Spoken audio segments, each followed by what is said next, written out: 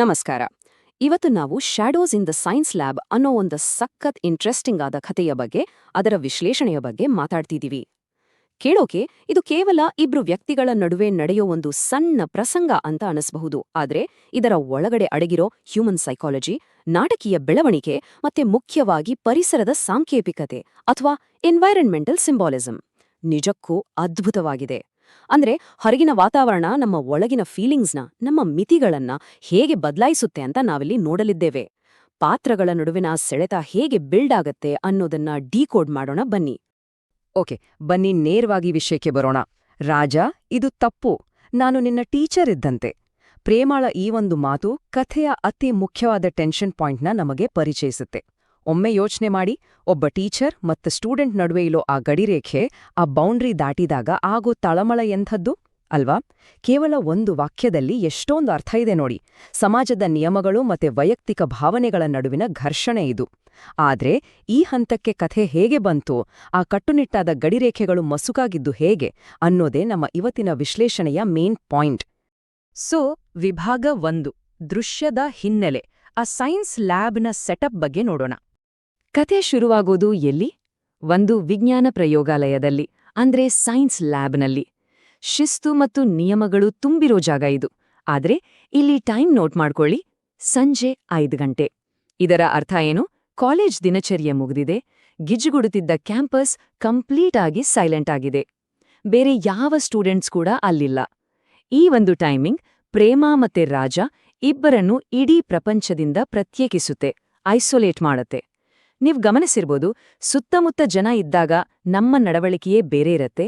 ಆದ್ರೆ ನಾವು ಪ್ರತ್ಯೇಕವಾಗಿದ್ದಾಗ ಆ ಮುಖವಾಡಗಳು ಮೆಲ್ಲಗೆ ಕಳ್ಚ್ಕೊಳ್ಳೋಕೆ ಶುರುವಾಗುತ್ತೆ. ಇನ್ನೂ ಈ ಆರಂಭಿಕ ಹಂತದಲ್ಲಿ ಅವರ ನಡುವಿನ ಪವರ್ ಡೈನಾಮಿಕ್ಸ್ ಹೇಗಿದೆ ಅಂತ ನೋಡಿದ್ರೆ, ಪ್ರೇಮಾ ತನ್ನ ಟೀಚರ್ ಜವಾಬ್ದಾರಿಯಲ್ಲಿದ್ದಾಳೆ. ಲ್ಯಾಬ್ನ ವಸ್ತುಗಳನ್ನೆಲ್ಲ ಜೋಡಿಸಿ ಲ್ಯಾಬ್ ಲಾಕ್ ಮಾಡೋದು ಅವಳ ಟಾರ್ಗೆಟ್. ಅಂದ್ರೆ ಅವಳು ಅಥಾರಿಟಿ ಮತ್ತು ರೂಲ್ಸ್ನ ರೆಪ್ರೆಸೆಂಟ್ ಮಾಡ್ತಾಳೆ. ಆದ್ರೆ ರಾಜನ ಫೋಕಸ್ ಏನಿದೆ? ಅವನು ಹೇಗಾದ್ರೂ ಮಾಡಿ ತನ್ನ ಎಕ್ಸ್ಪೆರಿಮೆಂಟ್ ಮುಗಿಸ್ಬೇಕು, ಇಲ್ಲಾಂದ್ರೆ ನಾಳೆ ಬೈಸ್ಕೊಳ್ತೀನಿ ಅನ್ನೋ ಭಯ. ಇಲ್ಲಿ ಶಿಸ್ತು ಮತ್ತು ಆತುರದ ನಡುವಿನ ಒಂದು ನ್ಯಾಚುರಲ್ ಕಾಂಟ್ರಾಸ್ಟ್ನ ನಾವು ಸ್ಪಷ್ಟವಾಗಿ ಗಮನಿಸಬಹುದು. ಈಗ ವಿಭಾಗ 2, ಪರಿಸರದ ಪ್ರಭಾವ, ಈ ಕಥೆಯ ಅತಿ ದೊಡ್ಡ ಟರ್ನಿಂಗ್ ಪಾಯಿಂಟ್. ಬನ್ನಿ ಇದು ಹೇಗೆ ಬಿಲ್ಡ್ ಆಗುತ್ತೆ ಅಂತ ನೋಡೋಣ. ಲ್ಯಾಬ್ ಒಳಗಿನ ಕಥೆ ಒಂದ್ಕಡೆ ಆದ್ರೆ, ಹೊರಗಡೆ ದಿಢೀರಂತ ಜೋರ್ ಮಳೆ ಶುರುವಾಗುತ್ತೆ. ಅದರ ಬೆನ್ನಲ್ಲೇ ಪವರ್ ಕಟ್. ಇಡೀ ಲ್ಯಾಬ್ ಕತ್ತಲಲ್ಲಿ ಮುಳುಗಿ ಹೋಗುತ್ತೆ. ಕಣ್ಣಿಗೆ ಏನೂ ಕಾಣಿಸ್ತಿಲ್ಲ. ಆಗ ಮೊಬೈಲ್ ಟಾರ್ಚ್ ಆನ್ ಆಗುತ್ತೆ. ಆ ಸಣ್ಣ ಬೆಳಕಿನಲ್ಲಿ ರಾಜ ಮತ್ತೆ ಪ್ರೇಮಾಗೆ ತಾವು ಫಿಸಿಕಲಿ ಎಷ್ಟು ಹತ್ರದಲ್ಲಿದ್ದೀವಿ ಅನ್ನೋದ್ರ ರಿಯಲೈಸೇಷನ್ ಆಗುತ್ತೆ. ನೋಡಿ, ಒಂದ್ರ ಹಿಂದೊಂದು ನಡೆಯೋ ಈ ಫಾಸ್ಟ್ ಘಟನೆಗಳು, ಆ ಹೊಸ ನಿಗೂಢತೆ ಇಡೀ ವಾತಾವರಣವನ್ನೇ ಕಂಪ್ಲೀಟಾಗಿ ಬದಲಾಯಿಸ್ಬಿಡುತ್ತೆ. ಇಲ್ಲಿ ನಾವೊಂದು ಪ್ರಶ್ನೆ ಕೇಳ್ಕೋಬೇಕು. ಅದೇನು ಗೊತ್ತಾ? ಈ ಕತ್ಲೆ ಅವರ ನಡುವಿನ ಸಮೀಕರಣವನ್ನ ದಿಢೀರಂತ ಯಾಕೆ ಚೇಂಜ್ ಮಾಡುತ್ತೆ? ಯೋಚನೆ ಮಾಡಿ. ಬೆಳಕಿದ್ದಾಗ ಅವರಿಬ್ಬರು ಕೇವಲ ಟೀಚರ್ ಮತ್ತೆ ಸ್ಟೂಡೆಂಟ್. ಆದ್ರೆ ಕರೆಂಟ್ ಹೋದ ತಕ್ಷಣ ಆ ಸೈನ್ಸ್ ಲ್ಯಾಬ್ ಅನ್ನೋ ಫೀಲ್ ಹೊಟ್ಟೋಗುತ್ತೆ. ಆ ಕತ್ಲೆಯಲ್ಲಿ ಸಮಾಜ ಫಿಕ್ಸ್ ಮಾಡಿರೋ ಆ ಕಟ್ಟುನಿಟ್ಟಾದ ರೋಲ್ಸ್ಗಳು ಮರೆಯಾಗುತ್ತೆ. ಕತ್ಲೆ ಅವರ ಆ ಸಾಮಾಜಿಕ ಐಡೆಂಟಿಟಿಯನ್ನ ಅಳಿಸಿ ಕೇವಲ ಇಬ್ಬರು ವ್ಯಕ್ತಿಗಳನ್ನಾಗಿ ಮಾತ್ರ ಅಲ್ಲಿ ಉಳಿಸುತ್ತೆ. 3ನೇ ವಿಭಾಗಕ್ಕೆ ಬರೋಣ, ಮಿತಿಗಳನ್ನು ಮೀರುವುದು. ಆ ಕತ್ತಲೆ ಅವರ ಮಾತುಗಳನ್ನ ಹೇಗೆ ಬದಲಾಯಿಸುತ್ತೆ ಅಂತ ನೋಡೋಣ. ಕತ್ತಲೆ ಆವರಿಸಿದ್ಮೇಲೆ ಸಾಮಾಜಿಕ ಮುಖವಾಡುಗಳು ಕಳ್ಚಿ ಬೀಳುತ್ತೆ ಅಂತ ನಾನಾಗ್ಲೇ ಹೇಳಿದೆ ಅಲ್ವಾ? ರಾಜನ ಈ ಬೋಲ್ಡ್ ಆದ ಕನ್ಫೆಷನ್ ಅದಕ್ಕೆ ಬೆಸ್ಟ್ ಎಕ್ಸಾಂಪಲ್. ಮ್ಯಾಮ್, ನೀವು ತುಂಬಾ ಸುಂದರವಾಗಿದ್ದೀರಿ ಅಂತ ಅವನು ನೇರವಾಗಿ ಹೇಳ್ತಾನೆ. ಇಲ್ಲಿವರೆಗೂ ಇದ್ದ ಬೌಂಡ್ರಿಗಳೆಲ್ಲ ಬ್ರೇಕ್ ಆಗಿದ್ದು ಇಲ್ಲೇ. ಆ ಬೆಳಕಿದ್ದಿದ್ರೆ ಆ ಶೈಕ್ಷಣಿಕ ವಾತಾವರಣದಲ್ಲಿ ಅವನು ಖಂಡಿತ ಈ ಸಾಹಸ ಮಾಡ್ತಿರ್ಲಿಲ್ಲ. ಆದ್ರೆ ಆ ಕತ್ತಲೆ ಅವನಿಗೆ ಸತ್ಯ ಹೇಳೋ ಧೈರ್ಯವನ್ನ, ಪವರನ್ನ ಕೊಟ್ಟಿದೆ ಅನ್ನೋದನ್ನ ನಾವಿಲ್ಲಿ ತಟಸ್ಥವಾಗಿ ಅರ್ಥ ಮಾಡ್ಕೋಬಹುದು. ಈ ಸ್ಲೈಡ್ನಲ್ಲಿ ನಿಜಕ್ಕೂ ಕುತೂಹಲಕಾರಿಯಾದ ಅಂಶ ಏನಪ್ಪಾ ಅಂದ್ರೆ, ಪ್ರೇಮಾಳ ಮನಸ್ಸಿನೊಳಗಿನ ದ್ವಂದ್ವ. ಸೈಕಾಲಜಿಕಲಿ ಹೇಳೋದಾದ್ರೆ, ಕತ್ತಲೆಯಲ್ಲಿ ನಮ್ಮ ಬ್ರೈನ್ ತನ್ನ ಸಾಮಾಜಿಕ ಪ್ರತಿಬಂಧಕಗಳನ್ನ ಕಳ್ಕೊಳ್ಳುತ್ತೆ. ರಾಜನ ಮಾತು ಕೇಳಿದಾಗ ಪ್ರೇಮಗೆ ಆಶ್ಚರ್ಯ ಆಗುತ್ತೆ, ಆದ್ರೆ ಸಿಟ್ಟು ಬರೋದಿಲ್ಲ. ಬದಲಾಗಿ ಅವಳಲ್ಲೂ ಒಂದು ಸಣ್ಣ ಅಟ್ರಾಕ್ಷನ್ ಮೂಡುತ್ತೆ. ಇದು ಅವಳ ಒಳಗಿನ ಮಾನವ ಸಹಜ ಪ್ರತಿಕ್ರಿಯೆ. ಆದ್ರೆ ತಕ್ಷಣವೇ ಅವಳ ಹೊರಗಿನ ಪ್ರಪಂಚದ ಅಂದ್ರೆ ಸಾಮಾಜಿಕ ವ್ಯಕ್ತಿತ್ವ ಹೆಚ್ಚರಾಗುತ್ತೆ. ಅವಳು ಇದು ತಪ್ಪು, ನಾನು ನಿನ್ನ ಟೀಚರ್ ಅಂತ ಹೇಳಿ ತನ್ನ ಪ್ರೊಫೆಷನಲ್ ಮಿತಿಗಳನ್ನ ಮರಳಿ ಸ್ಥಾಪಿಸೋಕೆ ಟ್ರೈ ಮಾಡ್ತಾಳೆ. ಆಂತರಿಕ ಭಾವನೆ ಮತ್ತು ಬಾಹ್ಯ ಕರ್ತವ್ಯದ ನಡುವಿನ ಎಕ್ಸಲೆಂಟ್ ಕಾಂಟ್ರಾಸ್ಟ್ ಇದು.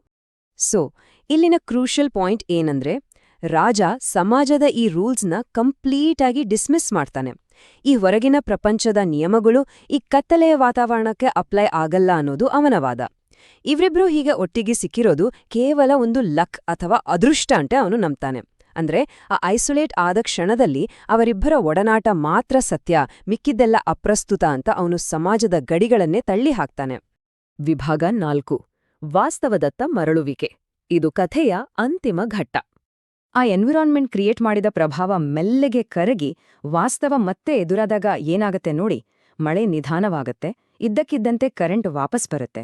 ಲ್ಯಾಬ್ನಲ್ಲಿ ಬೆಳಕು ತುಂಬಿದ ತಕ್ಷಣವೇ ಆ ಟೀಚರ್ ಮತ್ತೆ ಸ್ಟೂಡೆಂಟ್ ಅನ್ನೋ ಸೋಷಲ್ ರೋಲ್ಸ್ ಕೂಡ ತಕ್ಷಣ ಮರಳಿ ಬರುತ್ತೆ.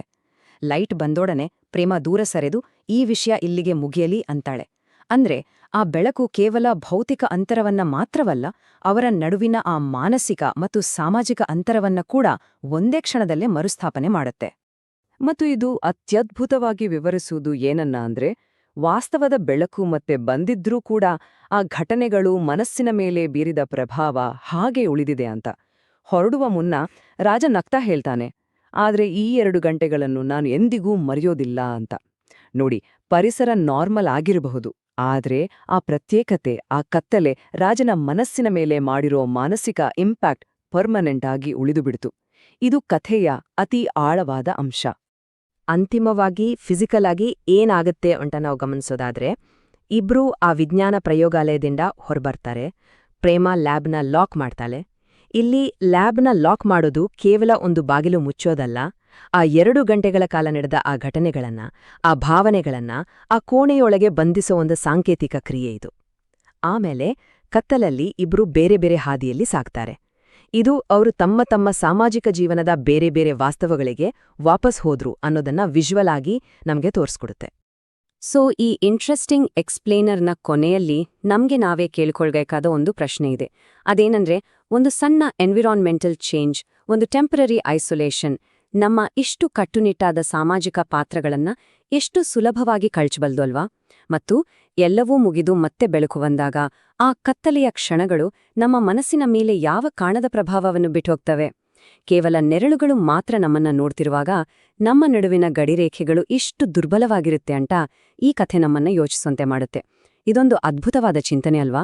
ಈ ಯೋಚನೆಯೊಂದಿಗೆ ಇಂದಿನ ಈ ಸೋರ್ಸ್ ಮೆಟೀರಿಯಲ್ನ ವಿಶ್ಲೇಷಣೆಯನ್ನ ನಾವಿಲ್ಲಿಗೆ ಮುಗಿಸೋಣ. ಕಲಿಯುವ ಈ ಪಯಣ ಹೀಗೆಯೇ ಮುಂದುವರಿಯಲಿ.